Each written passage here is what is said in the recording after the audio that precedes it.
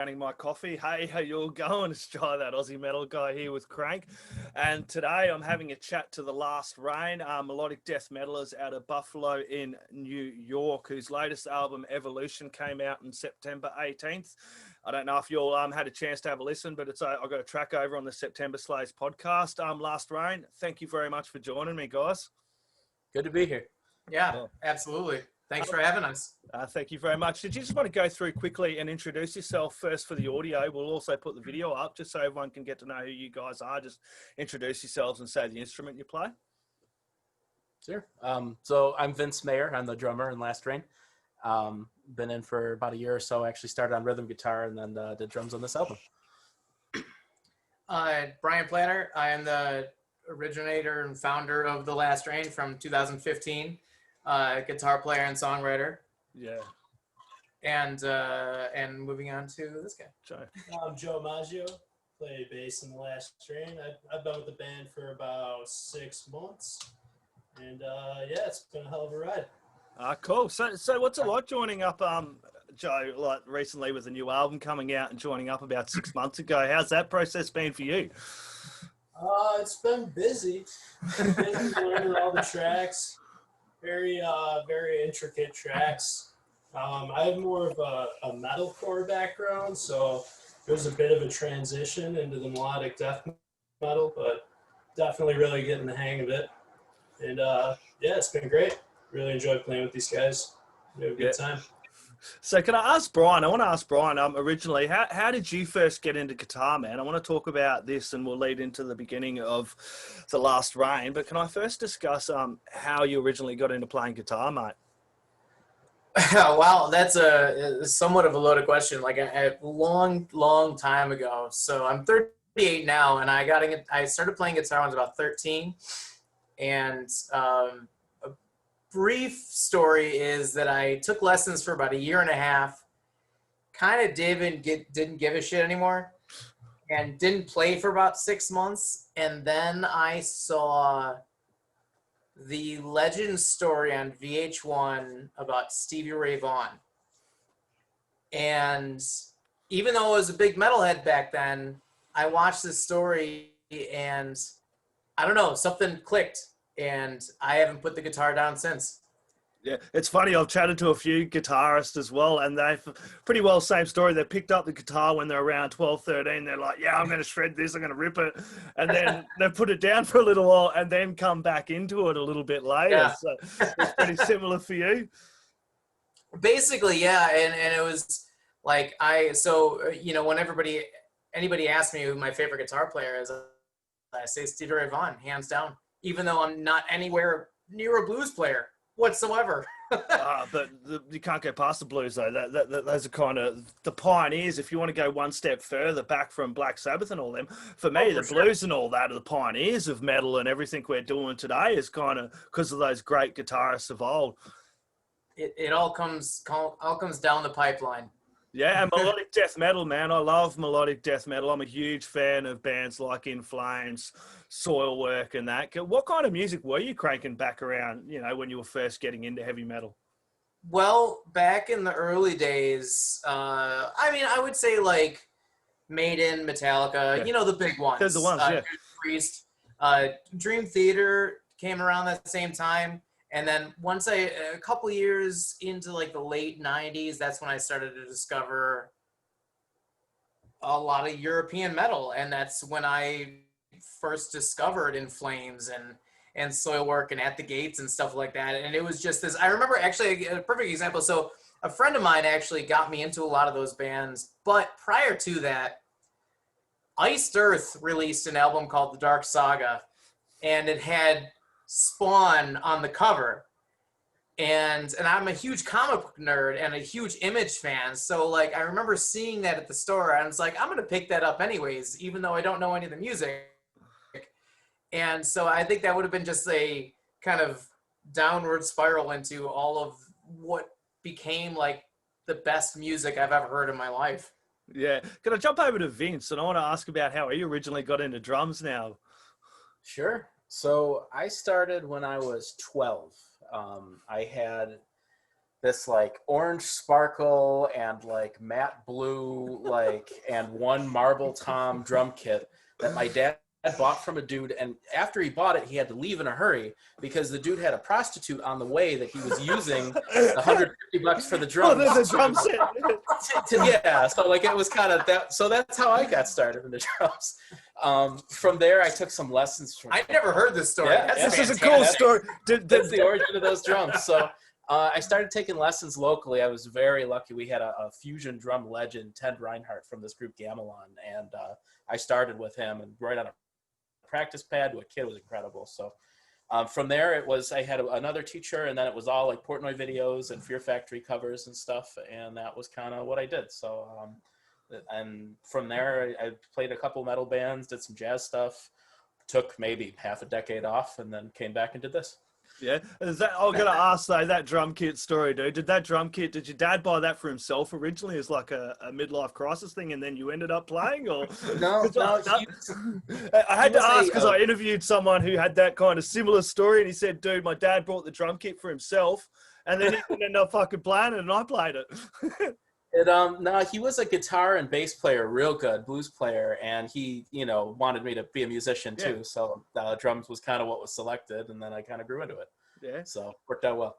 Cool. Can I ask Joe how you got into bass, mate, and your story behind this, or guitarist first, or? Yeah, I actually started on guitar probably around the same age, between like 10 and 12. My dad's boss at the time, he works at a local food chain around here, and his boss, which was one of the owners of that restaurant, bought me like a little starter guitar kit. It came with like a 1 or 2 pickup Les Paul, a starter amp, stuff like that. I took lessons for a couple months, but I really wasn't that into it. And then I think around 17 to 18 is when I picked the guitar back up, and I started playing a little bit of metal, and then up until a couple bands here and there, nothing serious, nothing ever really took off. And then I started playing bass in this band Overlook, which is another local band that really didn't go anywhere, a few years back. And There's a lot of that. Yeah, a lot of that. And then Brian actually saw some pictures on Facebook of me playing with them. When we met up, I bought something off of him on Facebook, and he's like, "You still play?" And I was like, "Not really, but I could, come out of retirement." And here we are.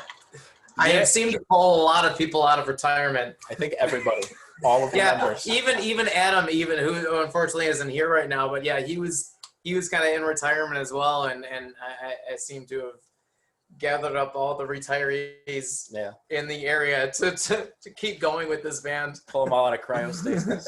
Yeah, well, it is hard too, though. You do have families, and people don't realise. You get to, I'm 40, mate, and I know what life is like. It kicks your ass sometimes, and before you know it, it's 10 years later, and you're like, okay, then, and so kind of like. No, yeah, totally.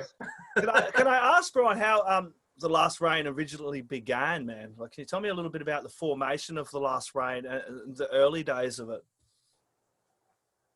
So earlier on, the Last Rain started in May of 2015, and to give a little more of a backstory, like melodic death metal has been my favorite genre of choice. Now, I love all genres of music, not just metal. Like, I love a lot of classic 80s pop music and hip hop and all kinds of stuff, but like melodic death metal, like the classic 90s era melodic death metal, there's just something about it that has just stuck with me ever since I discovered it back in the 90s. And so I actually moved back into our Buffalo area after about a year, and I hadn't played any metal or anything like that, and I was looking to get back into the scene, and I wasn't really exactly sure what I wanted to do, but then I ended up getting connected with this drummer at the time that seemed to do that kind of style, or want to do that kind of style, and then it just kind of like snowballed after that. And like, we were at the time, we blasted out a few of the first songs, the old songs from back then, and then it it all started to kind of like just churn out. And I don't know if being out of playing metal for a year or whatever, like, it hit this chord in me, but I was just like writing, like I finished the first album, Expulsion, in like 4 months. Yeah. And then I was even starting to write songs for what came out a couple weeks ago back then. Yeah. Like I was just churning out the shit. And so that was kind of like the basic incarnation. Now, granted, the band has gone through a lot of lineup changes. But that happens though. People don't realize, like, to get that band, it's like a family, and you're all kind of together creating. And like I was just saying, you don't realize how life kicks your ass sometimes. We've all got busy lives sometimes, and when you start out with something like a band, some people just got other things on and can't commit 100% to that. So it takes a little bit to find a bunch of dudes or girls or whoever that's going to click together as a group and as a little family creatively as well. You don't want to be just one dude or two dudes creating in a band. You want to have you all kind of chipping in as well. I completely agree. And to be honest with you, the hardest problem that I've had is that, so obviously we discussed that melodic death metal from the 90s is vastly different from what melodic death metal is today. And whether it's the bands that started the genre or whether it's new melodic death metal bands, they still don't sound like that. So like, I realize what I'm doing and what I've been trying to do with The Last Rain is an absolute throwback, and I get it. I understand if people don't understand why, but like it's something about that era, just like I've always, so you listen to albums like Slaughter the Soul, Horacle, Colony, Justice Race, Steel Bass Suicide, Chain Heart Machine, all that shit, just like they're still so memorable, but there's no albums that sound like that anymore. And like I was trying it the best I could to, I don't want to say copy or reproduce, An homage. An homage. Yeah, I do my own version of that as best I could. So that's kind of where I'm going. I realize I'm not reinventing the wheel, and we're not reinventing the wheel or anything like that. But I knew what I set out to do with it, and the people that understand it and people that get it seem to really like it. So that's the best I can hope for. Yeah, well, I'm a mad melodic death metal fan. In Flames, some of those earlier In Flames albums still find their way back into my CD, and they kind of CD player in my car, and they'll sit there for like a week at a time, and it doesn't get old. I just really love that, old era of melodic death metal. Saw In Flames, those early 90s Gothenburg, Sweden movement of heavy melodic death metal really reinvented the wheel, and in my opinion, is just doing what feels right for The Last Rain. It's we do the best we can, and I understand the people that aren't going to enjoy it or whatever, but it is what it is. I take the good with the bad. There's metal elitists in every scene, every douchebag's out there with a keyboard these days, being able to type things. I caught the same thing, man. I'm like, people going to me like I shouldn't do what I'm doing, chatting to dudes like you because I don't play in a band or play an instrument. It's like, dude, music's music, and you can still connect with the music. Doesn't matter where you are or who you are. I think people need to look at be a little more positive, and instead of being negative these days, dude. There's enough of that shit around as it is. Truth. It's exhausting. It is very exhausting. And you were saying you were flat out. You done the Expulsion one back in 2016, but this year you done last year, towards the end of 2019, October to be exact, you done the Prelude EP, which was Adam's kind of, wasn't it, coming into the band, and here we go, this is where we're going. Adam's vocals, which was a really cool EP. I reckon everyone should dive back in and check out your back catalogue. The Devastation demo, like, that's really raw, but it's good to see kind of where you guys have come from as well. I noticed you missed that when we were talking about that. But it's really cool to see the growth and the evolution of The Last Rain, and you kind of were messing around a little bit with sounds, and then kind of as that Expulsion from Paradise hit, you kind of can feel that you've kind of hit the sound that you were kind of going for, and you had Mike Marlinski on vocals as well for that earlier stuff. Yeah, it was it's definitely been a very interesting road over the last 5 years, and it's interesting you brought up what Got your Devastation shirt, right? Yeah, it is. very old. It's funny that you mentioned that Devastation demo, because like I'm proud of the demo, but there was some clean vocals on it that I'm not so proud of. that I ultimately decided to veto for the full length. But it is, and I feel like if you're gonna do anything as a musician, it's best to progress and get better, even if you're still within the genre you want to do. You should still show a progression and well, I hate to use the word evolution, but an evolution of the music. Evolution is the word today, man. There's been a lot of puns flown around with this album. Really? Yeah. Oh yeah, constantly. So I'll go into that as well, but I want to talk about the 8-bit. As we're talking the homage to the 8-bit album there. You had the It's Dangerous to Go Alone clip, and then you had the little 8-bit ones in there after, dude. That was really, really cool. I'm a massive gamer nerd, a child of the 80s, dude. I was getting the references.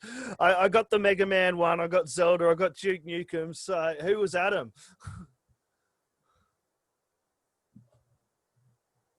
Doom Guy. Adam was Doom Guy. Doom Guy. I did check up Doom Guy. And I'm like, look, Doom Guy. That is so cool, man. I bet you had laugh doing that film clip as well. You Zelda, Joe. You were dressed up as Zelda, dude. How was that? Yeah, well, he was Link. Link. That's the one. Zelda's the night costume. Yeah. I will say honestly, the video game thing was a big idea from Vince. Yeah. So we originally. Oh, go ahead. I'll let Vince. Yeah. I was gonna say. So we had a show booked with. Have you heard Power Glove? You know, doing their like power metal video game tunes. Oh, will. So they were coming through town, and we have a local video game metal band as well, Arm Cannon, and they invited us to be on a show with them. It's like, well, you don't show up to a show like that without a cover. So we mashed up a couple old games that we liked, you know, and then each of us were the character from the game that we suggested. So, you know, Doom, Mega Man, Duke Nukem, and my brain. Link. I got that now. Yeah, there you go. Thanks, man. Teamwork. So yeah, we mashed that together. We kind of made a song out of it too. You know, they had a little bit of influence. They had the old Doom tune in there, but we also grabbed the BFG division from the new Doom, the 2016. I don't know if you played that one yet, but this killer tune. And yeah, so that's kind of how that came to be. And then we turned into those costumes and filmed it in a real high production soundstage. And, yeah, you know. Very much so. Yeah. It's hard work too, though. People don't realize being an independent and coming up through the scene, you don't have a lot of money to plug into production as well, dude. Sure. For me, it's the music, man. And the clip came out really well. I got those references, and I was saying it was good to see the classic, the Nintendo and all the old little graphics sitting up there on the screen. I actually done the same. I got a DS and I went and downloaded some old Nintendo games as well to play. Man. Nice. Oh, that's great. So Evolution, can I ask when you guys started kind of pre-production for this one before you got into the studio? Well, technically pre-production started way back because as I mentioned before, I was writing some of these songs like earlier before the original incarnation of the band kind of didn't work out. Yeah. And then over the course of a few years, I ended up doing the writing. Well, I was always kind of doing the writing at the time, but then I started doing like figuring out how to do program drums, no matter how remedial they were, just something to get me through the song. But then once I brought these guys on, that we decided to kind of like fine tune the stuff, and we ended up hitting in the studio in February, and it was probably the worst time to hit the studio, because not that we would have known, but like had we not hit the studio then, the album probably wouldn't be out right now, because obviously, because of COVID and stuff. I mean, I don't exactly know how it is in Australia, but like it's garbage here. Yeah. Like Yeah, I know you we're guys pretty aren't good here. anywhere nearly as bad as we are. No, we're good. We're good. We've got the few cases, but our leaders shut down the country really quick, and we didn't mess around with it all. We kind of, put lives over money, which Oh, weird. you You'd think that would be a thing, but no, it's not here. I know. So what was that recording and production process like once you got into the studio there? All right. I'm gonna let Vince handle this one. Yeah. So I'll give you the positive for what we've discussed already is that we were able to get the drums done while we were still able to get to the studio. Yeah. So we got some guitar, some vocals in before the world blue screened, but we were able to do some of that from home with our own laptops and interfaces and send the files along the world. And as far as the tracking, it was an experience. We didn't understand, or I didn't understand, that the studio was in a building that was like a practice space for other bands. And the band above us, the grunge band, I don't think was that much quieter than my live drums when things were being tracked. So we're doing, we're melodic deathing, and I'm hearing like bad Nirvana simultaneously. Penny royalty. So yeah, we had trouble with that, and like it was weird. It was about an hour away from home, so we chose to spend the nights out there when we needed to go day to day, and it was all sorts of different experiences. But we had some issues. Our engineer quantized the drums to like kind of line them up to a grid, and it didn't do that. It kind of just grabbed all of the beats and just like threw them into a bowl mixed up, and I spent 2 months combing through like millisecond per millisecond, like this goes here, this goes here, this goes here. Is this done? No, it's not. Like it's 10% better. It was so yeah, it was a labor of love. So we had to just keep comparing things to like the takes that he ripped real quick for me the first day. I was like, yeah, this is what's supposed to sound like, oh, is this right? Like, no. So we had an experience there, and it ended up working out well. And we for the mixing mastering stage, we switched over to Mendel from Aborted. Mendel Bijladej. Crap, I should learn it. I think it's Mendel shit. I'm no good. I'm Aussie. I have mutilated. Sorry, man. He used to play guitar on Aborted, and it was Mendel Bijladej. Bijladej, I think. I think that's how it's pronounced, but he was awesome. Yeah. He lives in Amsterdam. We were sending all across the world, but he helped reassemble stuff and really take us that last mile. And it really started to resemble kind of what we were hoping for around that time. So it was a labor, and again, the world broke during it, so it kind of wasn't the only thing on anybody's mind, but we got through it. Yeah, it must be a weird time too, bringing out an album like now, because it's the shows are all over the shop. You don't know what you're going, and it's like whether you want to go play a show too, because you want to be safe as well. You're like, dude, as you're saying, shit's like not good, so you don't really want to be pushing it to play on stage. You want everything to be okay, everyone to do the right thing, so that guys like yourself can get on stage and play. And I mentioned this in a ton of interviews. People don't realize that, like, just because we can't get along to shows doesn't mean we can't support The Last Reign, i.e. merch, buying album, physical copies. Where's the best place people can get along and throw down some support for The Last Reign? Bandcamp? Yeah, Bandcamp's going to be the best spot you can. We do have a website up now, so thelastrain.com.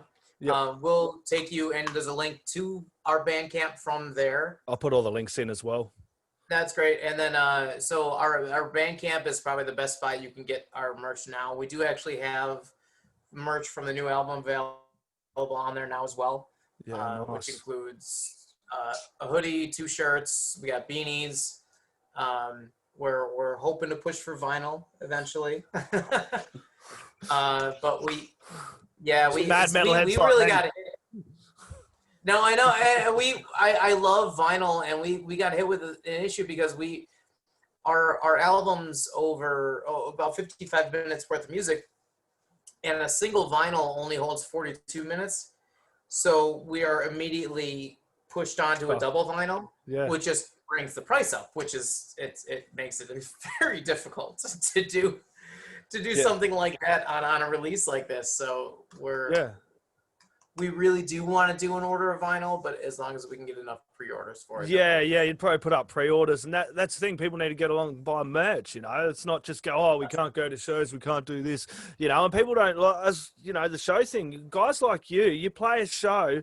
That's where you connect with a lot of your fans as well, because usually the same guys playing on stage. You go behind the merch stand, you're saying good day to the fans, you're fucking slinging some merch. You know what I mean? And you're making some contacts, even handing out stickers or whatever. And you just don't have that contact at the moment. So people doubly really need to get along and support bands like yourself. If you like The Last Rain, don't sit on the fence and complain you can't play shows. You can still support by putting some dollars into The Last Rain and buying some merch, things that are really going to help this band going forward, man. I want to ask instruments, dudes. Can you tell me what instruments you were using on the album? Perhaps, Joe, can you tell me first what you were using?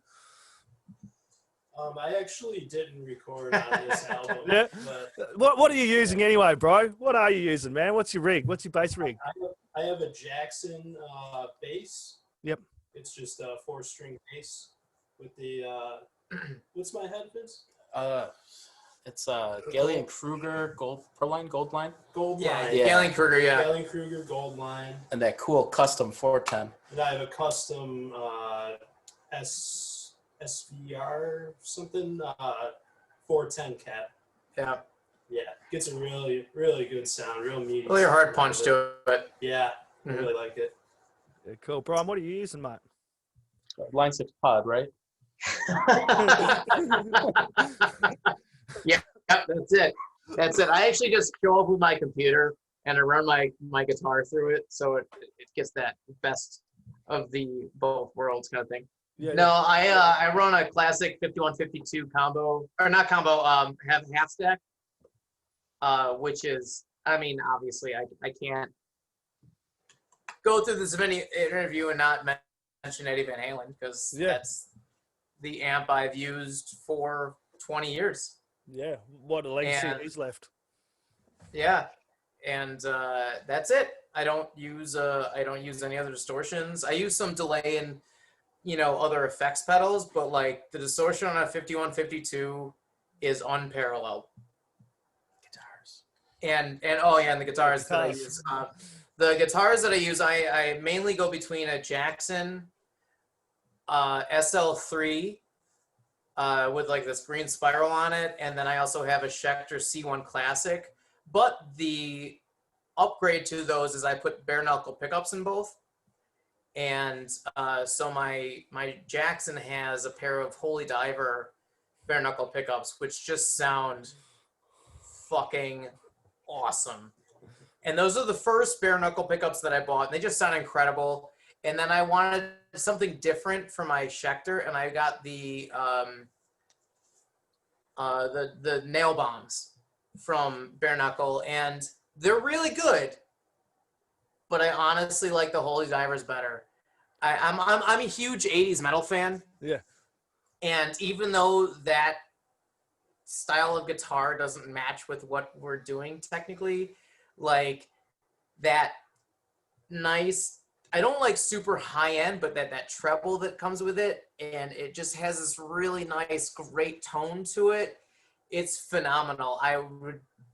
The Holy Divers are probably the best of the fucking nail bomb, or the bare knuckle catalog.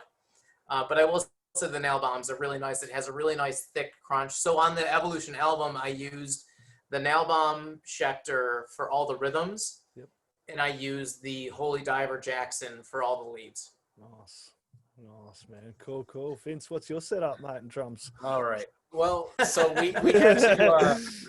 I had to part with the Orange Sparkle prostitute drums. Prostitute drums.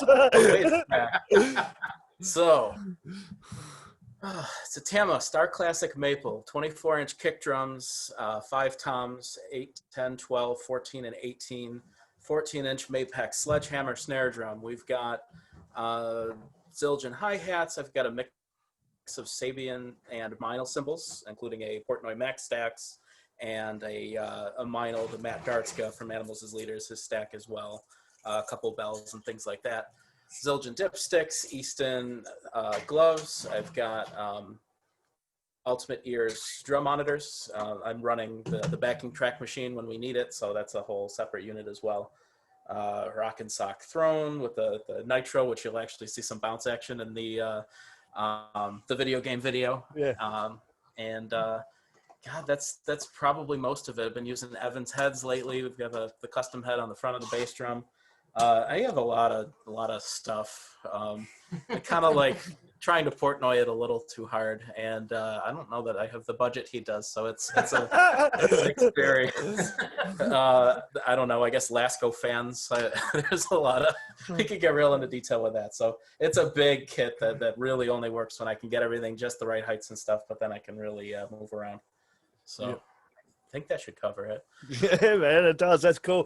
Can I ask? I know every time I ask this question, every artist like, dude, it's cringe. It's kind of like picking a favorite child. But do you have a favorite track off the album at all? Of our album? Off your album, off the Evolution album. All of them. I'd say for me, probably either Ironclad Torment or Hourglass have some of the cooler drum sections for me. Yep.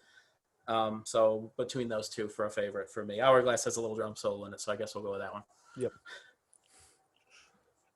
I would say I'm really in love with every track on the album, but I think the first one that really hit for me was the title track, Evolution. Of a Dying. Yeah. Yeah, it's probably my favorite. It's called Evolution of a Decaying Race, Joe. Yes. Honestly, I would probably still have to go with Hourglass. Yeah. Even though, as he mentioned, he has a drum bit in it, but like I don't know. It's a song that like it was one of the first ones that I wrote way back like 4 years ago, but then I made some alterations as time had progressed, and it has probably become one of my favorite songs. That and probably Devoid. All in all, it was a great album. I had trouble actually picking a track to play on my show. I really enjoyed the heck out of this album. Wow. Being a 90s melodic death metal fan, dude, and a mad In Flames fan as well, Brian. I'm going to ask, man, this is random, but what's your favorite In Flames album if you had to pick one, bro? Oracle. Oracle? Yeah, man, good choice. Oracle, hands down. Good choice. It's funny, like for a long time, for probably like 20, maybe not 20, but so I saw In Flames on the Colony tour back in '99 up in Toronto, which was near where we live now, or where we lived. And but that was the first album I had heard. My first introduction to In Flames was a demo. I don't know if it was a demo version, but it was an old version of episode 666. And it wasn't the version that ended up on Oracle, but that was my first introduction to them. And then shortly after, Colony came out, and I saw them on the tour, and Colony was my favorite In Flames album for nearly 2 decades.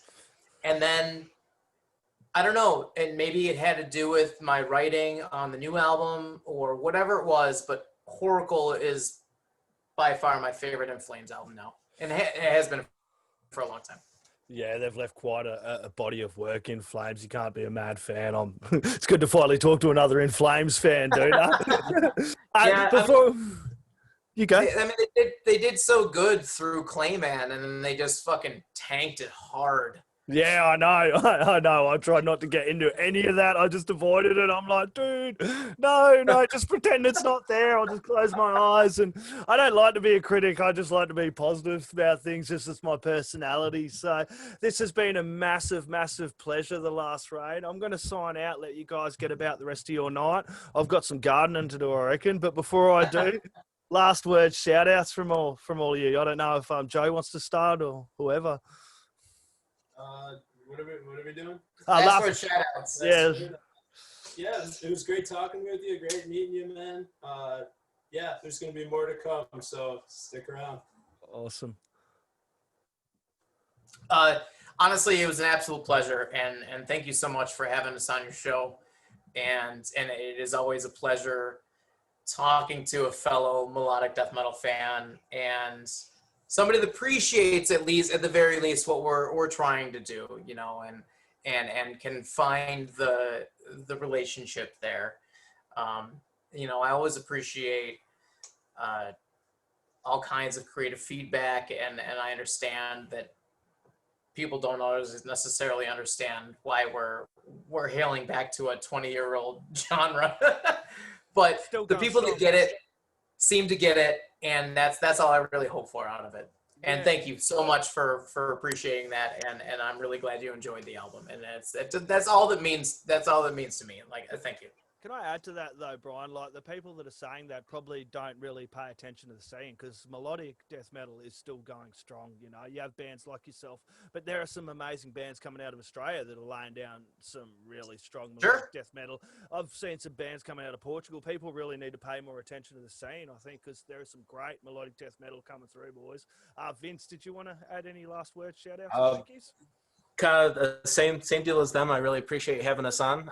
What song did you end up picking for your show? You said you had a hard time picking. I think it was Annihilation of the Ancients. There you go. Excellent. That's I mean, that is like your true melodic death metal, like 90s era song. It really is. Like, that's like right out of that era. And I totally get it, and thank you for that. Yeah, that was the one I was playing, like, just before I jumped on and had a chat with you guys. There you go. I had to crank that one again, dude.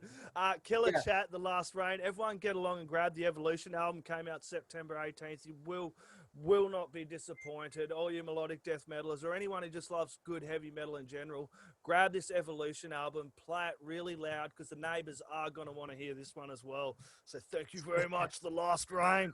Cheers, guys. You have a lovely day. It was a pleasure. Thank you so much.